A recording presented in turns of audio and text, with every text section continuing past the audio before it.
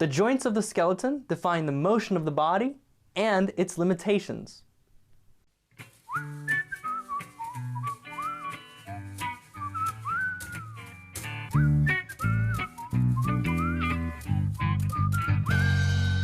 Hey, welcome to another episode of Proco.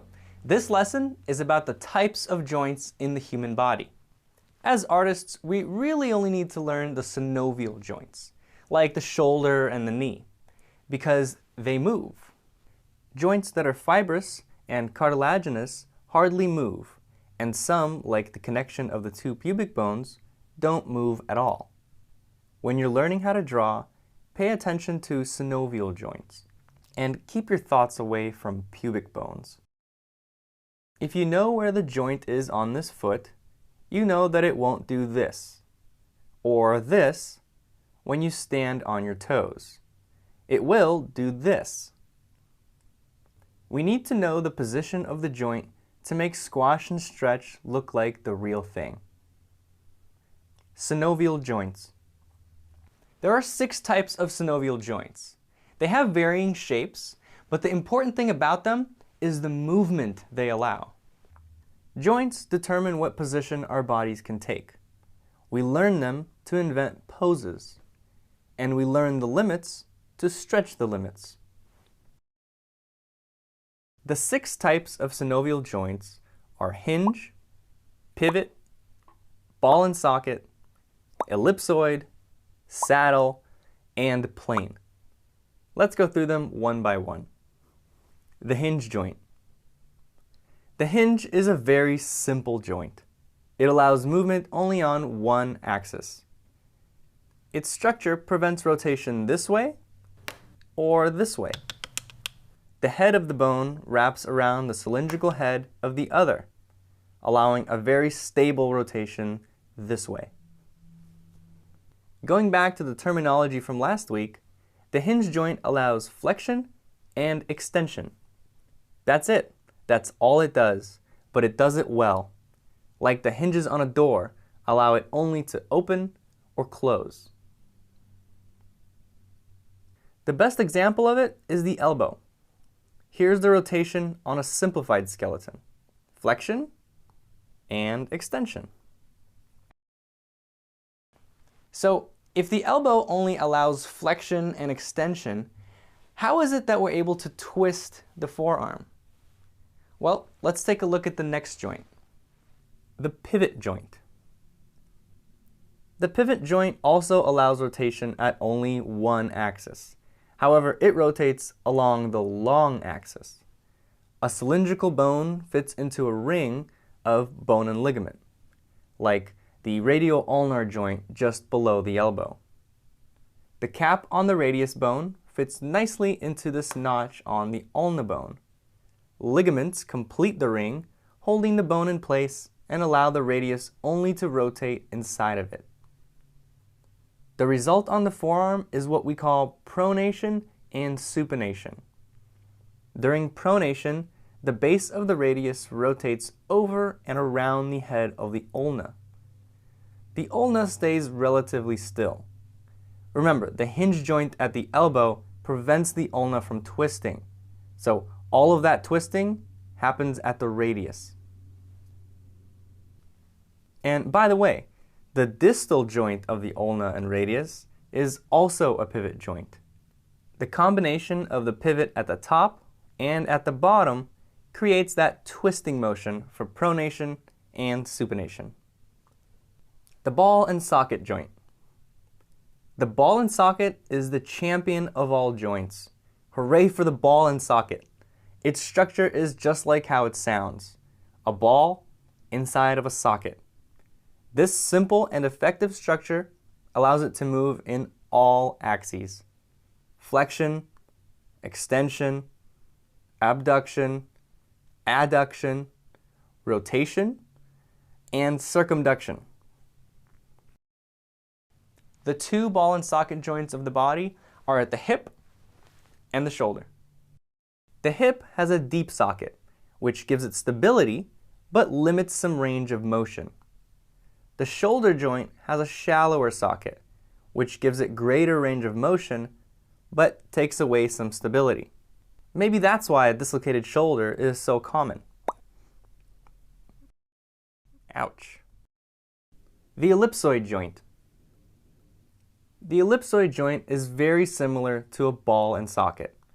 However, the ligaments and its oval shape prevent rotation. But it still has the ability to rotate on two axes, which allows flexion, extension, abduction, adduction, and circumduction. Circumduction is just a combination of all the others in a circular motion. The ball, or oval head, also slides inside the socket. When it rotates along the wider plane, you can see how it pops out too much from the socket, so it slides back into center. A great example of an ellipsoid joint is the wrist, also known as the radial carpal joint. The group of carpal bones rotate inside the socket of the radius. The saddle joint. The saddle joint is similar to the ellipsoid, but the rotation is limited mostly because of the bone structure. The structure of the saddle is very interesting. Both bones have a concave and convex surface. Convex means the surface sticks out like a hill. Concave means the surface curves in like a hole or a cave. The concave plane of one fits on the convex plane of the other. It's like a 3D yin-yang, or a cowboy on a horse. The saddle makes the bottom piece, and the cowboy's legs make the top piece. The legs of the top piece, which wrap around the body of the bottom piece, allow a rotation this way. The body of the top piece can glide inside the legs of the bottom piece. So this unique structure allows the joint to flex, extend, abduct, adduct, circumduct, and very slightly rotate. An example of the saddle joint on the body is the carpometacarpal joint of the thumb. Let's see that baby in action. Finally, the plane joint. Not really as interesting as the others, but deserves our love anyway. It's basically two flat-ish surfaces, one on top of the other. These surfaces can glide or rotate. They usually come in groups, like the carpals of the hand and the tarsals of the foot. Ligaments hold these bones together, but might allow some rotation and gliding. Another plane joint is the acromioclavicular joint. That's the one between the clavicle and acromion process of the scapula. When we elevate the shoulder, the angle in here will adjust to keep the scapula vertical. The spine. I mentioned in the beginning that the cartilaginous joints are not important for artists, except for one big important case, the spine. We'll talk about that in the next lesson. Assignments. For this lesson, there's 2 assignments. The first assignment is to find these joints on yourself and study the movement. I've posted 6 close-up images of Skelly's joints in the description under this video. Your second assignment is to draw them as simple versions. When you try to put them into perspective, you might find it difficult, but I will have Marshall Vandruff help you understand how to do it. Post your drawings in the Facebook group at facebook.com/groups/anatomy for artists.